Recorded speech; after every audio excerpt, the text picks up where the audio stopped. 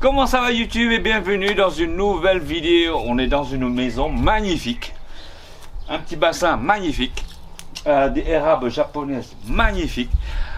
Et un fish room magnifique. Je suis déjà allé voir il y a 5 minutes.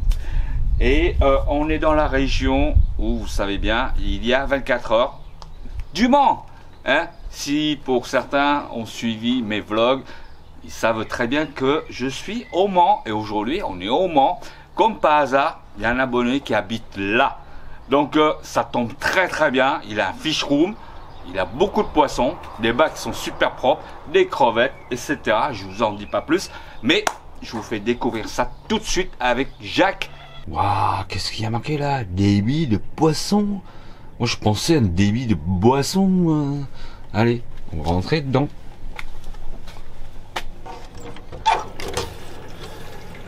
Yep là, oh là là là là là là, il y a plein de Nemo de partout.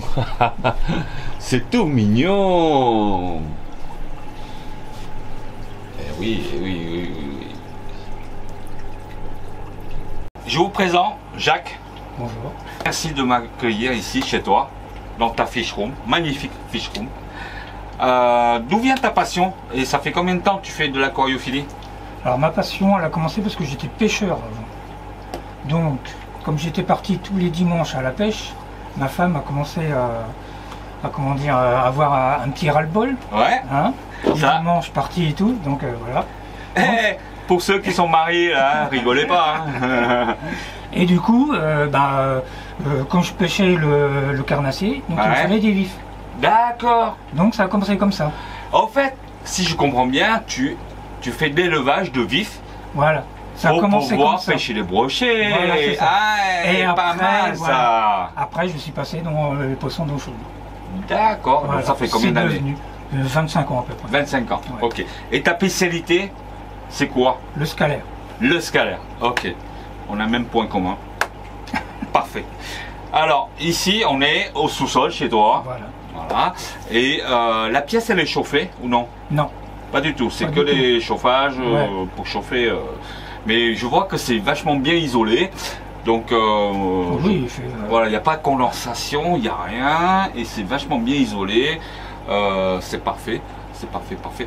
J'adore ces petites peluches là. c'est une petite déco perso. Nemo. Le monde Nemo. C'est pas mal. On va commencer par quoi? Je sais pas trop.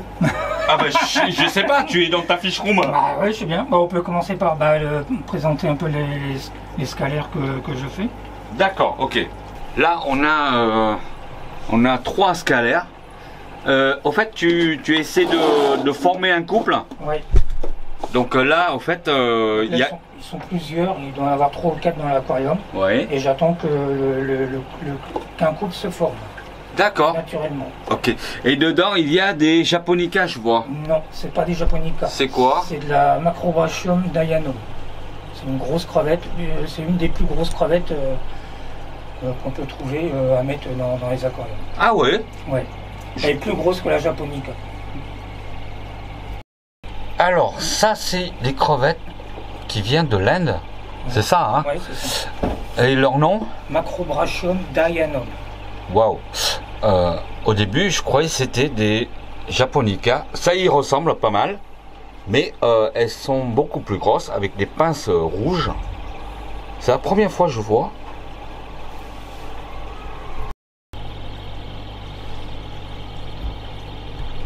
Alors voici la même espèce, un gros mâle énorme. Je sais pas si vous voyez. Voilà. Il est énorme. Ça, c'est une femelle. Macrobrachium dianum. Alors ici, on a 4 scalaires. Non, plus 5. 6. Il y a 6 scalaires. C'est des koi. Et ils essayent de faire former des couples pour la reproduction.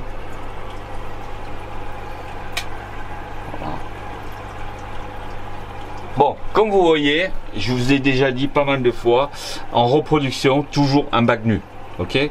C'est pour la facilité d'entretien, c'est pour que si y a des bébés qui tombent au sol, qui ne soient pas coincés par les petits graviers, des petits sables et tout. Donc c'est très important quand on fait de la reproduction. Le mieux c'est d'avoir un sol neutre. Alors là nous avons un couple de scalaires. La plaque ici que vous voyez, une ardoise, c'est pour la ponte, pour qu'il puisse pondre dessus, et une conne de ponte. Et après il y a un exhausteur de maison qui est pas mal du tout. Voilà, si vous voulez faire un exhausteur, il suffit d'avoir une pompe à air, un tuyau, et vous mettez un petit peu de watts dessus, et ça marche très très bien. Alors messieurs dames, ici on a une portée de Ryonane. J'adore ce poisson, j'adore cette espèce, parce qu'en grandissant, des nageoires sont vachement hauts, et des penviennes, ils sont longs. C'est une portée magnifique. À l'œil comme ça, j'estime qu'ils sont 4-5 mois, non? Ouais, 4-5 mois, ouais, c'est ça. Et là, on est dans un 250 litres, en 300. Gros. 300? Ouais, 300. Ok.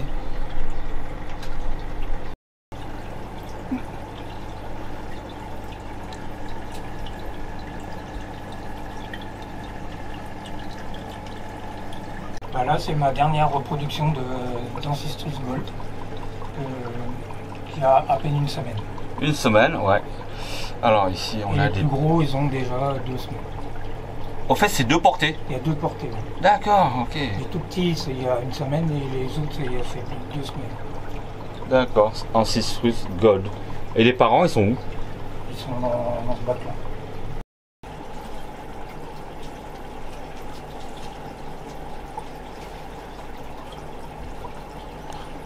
Là, vous avez vu les Ancistrus Gold.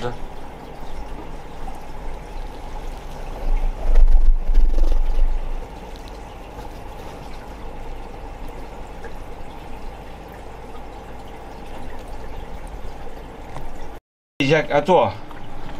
Alors là, j'ai un bac avec du molly et des xyphos. Ça aussi, c'est reproduit chez toi. Et ça, ça vient de ma reproduction. Ouais. D'accord. Voilà. Alors, explique pour les spectateurs qui ne connaissent pas grand-chose, le mâle et la femelle de chez Xypho. Voilà. Vas-y. Là, ici, nous avons un mâle. Qui a la queue qui est longue. Parce qu'il y a une porte épée. Voilà. Voilà. Et la femelle, elle est juste en dessous, parce qu'il y a une tache noire sous le ventre. Ouais. Et on voit les œufs. Si elle veut bien. D'accord. Voilà, ok. Celle qui est là. Super. Et à côté. Ben, pareil, ce sont des mollies. Voilà. Avec une autre variété de xypho. Là, on appelle ça du xypho vert. Des xyphos verts, ok. Et il y en a plein qui sont bien pleines. Hein. Ouais. Et dedans, il y a des Ancistrus Gold que je voulais vous montrer là pour la portée des petits, mais ils se sont planqués au fond là-bas. Alors ici, nous avons une autre variété de Xypho. À queue noire. À queue noire, exactement. Et là, il y en a une dizaine. Ouais, une dizaine. Juste à côté, nous avons des bébés. Voilà. Des mollies. Ouais, mollies, xypho, platy. Donc là, c'est des gros bacs quand même. Parce que au fait, c'est vachement profond. Ouais, ils font 120 litres. Ouais. Donc là, en gros, il y a 60 litres. 120. Là. Ah, 120, donc c'est 200. Ouais. D'accord, donc c'est 440 litres. En fait, c'est un gros bac, mais divisé en deux. Voilà. Ah, c'est ça, Jacques? Ouais, c'est ça. Ah, tout à fait. Vous voyez, les bacs, ils sont propres. C'est des bacs d'élevage. Toujours, il n'y a rien au sol. Pour la facilité d'entretien, les gars. Voilà. Alors, ça, c'est des agneaux. Ça c'est quoi? C'est pour former un couple? Oui, là j'ai sélectionné des femelles. Ouais. Là à côté il y a les mâles qui sont à côté. Et ça c'est une comment je veux dire une ponte que j'ai réussi à avoir en modifiant la couleur du d'agneau. D'accord. Mais la couleur, elle est vraiment naturelle. Naturel. Voilà. Il faut pas confondre des poissons en Asie qu'on voit. C'est des poissons génétiquement modifiés par l'homme. Là, c'est pas le cas. Non. Voilà, là, c'est naturel. Là, j'ai fait de la reproduction de ces d'agneaux-là. Oui. Et j'ai remarqué que le dessus du poisson était rouge. D'accord. Donc j'ai fait une sélection. Oui. J'ai séparé tous ceux qui étaient bien rouges. Oui. Et je les ai reproduits les uns avec les autres. Et au bout de 4 ans, ça m'a donné ce genre de poisson. Ah, il faut quand même 4 ans. Ouais. Donc, 4 ans de reproduction, toujours en sélectionnant. D'accord. Donc, ça fait au moins une quinzaine, vingtaine d'euros Ouais. pour arriver à ce résultat-là. Arriver à ce résultat-là. Okay. Et là, maintenant, je peux prendre une femelle et puis un mâle et j'aurai plus de 60% de rouge. D'accord, ok. Voilà, comme vous voyez, on est en France, on n'est pas en Asie, donc il n'y a pas de modification génétique avec des couleurs qu'on injecte chez le poisson, donc c'est tout à fait naturel, les gars.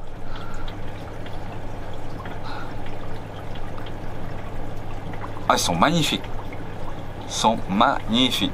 Ils ont quel âge là? Ceux-là, ils ont 2 ans. 2 ans. Là, c'est pareil, c'est les mêmes. C'est les mêmes, ça c'est les femelles et là c'est les mâles. Ils sont magnifiques. Les couleurs de ouf. Ah oui, en fait, les femelles, elles sont plus grosses que les mâles. Voilà, c'est ça. Ouais. D'accord. Et le ventre, il est bombé. Bombé. Quand on regarde les mâles, il n'y a pas de ventre bombé. Plat. Voilà. Parce qu'ils font de la musculation. Peut-être bien, ouais. Alors, Jacques, expliquez-moi, parce que j'ai vu, il y a certains poissons, on dirait qu'ils sont mal formés, Oui. tout tordus. Mais il y a une explication à ça. Allez. Tout à fait. Donc l'explication, c'est que comme ils ont 2 ans, c'est un poisson qui va vivre maxi 3 ans. Donc à vieillir, avec le voilage qu'il a, ça arrive que la colonne vertébrale se déforme. C'est pour ça que le poisson, à vieillir, il est moins beau que lorsqu'il est jeune. Parce que tout ça, c'est à cause de la voile qui est longue. Oui, voilà, c'est ça. Voilà, c'est une poids supplémentaire. Ils ne peuvent pas nager correctement avec le voilage qu'il y a. Comme le voilage est bien développé, ils ne peuvent pas nager correctement. Allez, on continue. Et il y a aussi la vieillesse. C'est comme nous, il faut la canne pour marcher. Voilà. Donc ça, c'est des mâles guppies en couleur bleu ciel. Non. Ils sont magnifiques. Alors, une information, les amis, parce que Jacques, il était parti d'une association de guppies à l'époque. Ouais. Tu peux m'en parler? Alors, je faisais partie de l'association qui s'appelle AFV et qui fait des reproductions de guppies et qu'on modifiait génétiquement pour avoir la beauté du poisson, et on faisait des concours avec l'association. Donc, j'ai fait pendant 10 ans des concours de guppies. D'accord. Voilà. Voilà, les amis. Vous savez tout maintenant. Et l'association, elle est française et elle existe toujours. Vous pouvez aller voir sur internet, taper AFV et vous allez tomber sur le site. Parce qu'il y a beaucoup d'abonnés, ils adorent les guppies et chaque fois ils me disent ouais, si tu trouves les guppies, il faut le filmer et tout. Donc voilà, les amis. Regardez comme c'est joli tout ça. J'essaie de vous filmer qu'il n'y a pas un contre-jour.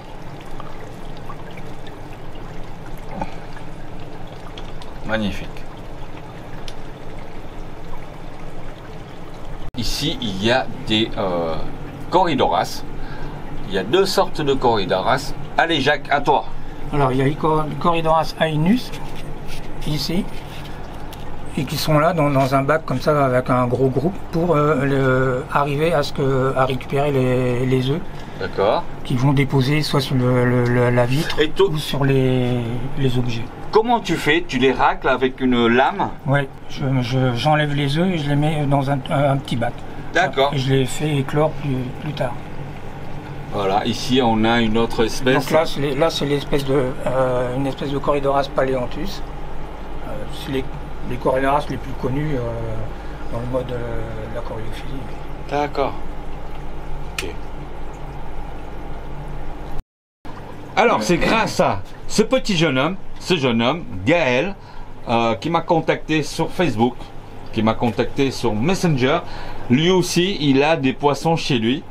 T'as quoi comme poisson déjà? Alors déjà bonjour à tous. Moi je fais essentiellement aussi du vivipare. Et j'essaye de faire aussi de l'ancistrus. Et je fais de la crevette Red Cherry. Et je commence à faire de la Blue Velvet. Donc j'ai 3 aquariums en ce moment en route. Et comme je suis encore chez mes parents, bah, je peux pas avoir comme ici une fish room. Mais à l'avenir, ça sera quelque chose que j'aurai. Donc un plaisir de t'accueillir. Eh ben, le jour où tu auras autant de bacs et que je passerai là par hasard pour le Grand Prix ou pour les 24 heures du Mans, ben, je viendrai volontiers, il n'y a pas de souci. On va passer à autre chose les amis, on va voir peut-être des crevettes. Hein, ouais. Allez, on y va. Les amis, vous allez vous régaler avec des crevettes. Voilà. Moi je connais pas trop. Hein, donc ça c'est du Crystal Red. Crystal Red. Donc avec l'eau osmosée. L'eau 100% osmosée. Avec un sol technique pour tamponner, pour descendre le pH et avoir un minimum de conductivité. Combien? Ouais. Je monte jusqu'à 200, pas plus. 200, pas plus. Excellent. Ici, ça m'a l'air familier tout ça. C'est des Blue Velvet, c'est ça? C'est ça, ouais. Voilà. Il y en a beaucoup, il y en a pas mal. Il y en a beaucoup. À côté, pareil. À côté, c'est pareil. Vous en avez plein. Voilà. Oh, ils sont beaux. Oh là là, ils sont magnifiques. Alors, Jacques, il fait des bourses dans la région. Tu peux nous en dire plus, comme ça, s'il y a des gens qui veulent chercher tes poissons? Il y a une bourse qui se fait tous les ans au Mans. Au mois de novembre. D'accord. Et c'est le club du Mans, le club ASA, qui propose cette bourse. D'accord, ok. Donc c'est le premier week-end de novembre. Voilà les amis, l'info est passée, donc vous pouvez passer voir Jacques, parce que tous ces petits mondes aquatiques, il sera au Mans. Voilà, c'est ça. Alors ici on a des Red Cherry avec les escargots. Il y en a plein de juvéniles là. Plein. Et des œufs aussi. Des œufs d'escargots. Mais là, je sais pas si on le voit bien. Il y a des œufs d'escargots. Plein de juvéniles de Red Cherry. Alors ça, c'est des jeunes s'il faut. Il y en a de partout. Il y en a plein. Voilà. On a un élevage de guppies femelles, les amis. Et ici, des ifos. Pareil, il y en a plein. Ils sont jeunes. Il y a des petites anubias là, nana, bonsaï. Ça pousse tout seul. Pas besoin de beaucoup de lumière. Pas d'algues. Nickel. Voilà les amis, on a fait le tour. Bon, il y a des fois où on n'a pas besoin de filmer 50 000 fois les mêmes poissons. Mais croyez-moi, il y en a beaucoup. Et donc le monsieur, Jacques, il est spécialisé dans tous les poissons que vous voyez ici. Donc des fois il y a des reports par-ci, des reports par-là, des petits poissons par-ci, mais c'est pratiquement les mêmes poissons. Mais ce qui est important de vous souligner, c'est qu'il y a des dagneaux, ils sont très sympas, et j'ai une bonne explication pour les voiles, pour les poissons qui sont un petit peu tordus, et un magnifique poisson qui a une belle couleur. Franchement, c'est la première fois que je vois ça. Est-ce que vous êtes le premier à faire ce... Alors je sais pas si je suis le seul à réussir à avoir fait ça, mais bon, je sais que dans la Sarthe je suis le seul. Voilà. Là, mais moi non plus, parce que c'est la première fois que je vois des dagneaux rouges comme ça, enfin rose, bientôt rouge. Et je pense qu'il y aura des commentaires, et je pense que si vous avez déjà vu ce genre de poisson chez vous, dites-le moi en commentaire pour que je le sache, et pour que Jacques il le sache aussi, parce que c'est très rare de voir ce genre de poisson. Franchement, c'est vraiment très rare. En tout cas, je te remercie infiniment de m'avoir invité pour faire un petit tour dans ta fish room. C'est très sympa, et c'est toujours plaisant, et c'est toujours intéressant de discuter entre aquariophiles passionnés entre guillemets. Et le jeune homme tout à l'heure, lui aussi il est très passionné, donc je le remercie infiniment. Donc si vous aimez cette vidéo, comme d'habitude, n'oubliez pas, laissez commentaire s'il vous plaît, parce que il faut respecter le travail de Jacques. C'est pas rien d'avoir un fish room et d'avoir des repros. Donnez-lui des encouragements s'il vous plaît. Et puis si vous aimez cette vidéo, comme d'habitude, laissez un pouce bleu. Et si tu n'es pas encore abonné, abonne-toi, c'est gratuit. Je vous dis à la prochaine vidéo. En attendant, je vais au Grand Prix de moto. Allez, salut les fans du bocal, portez-vous bien. Ciao!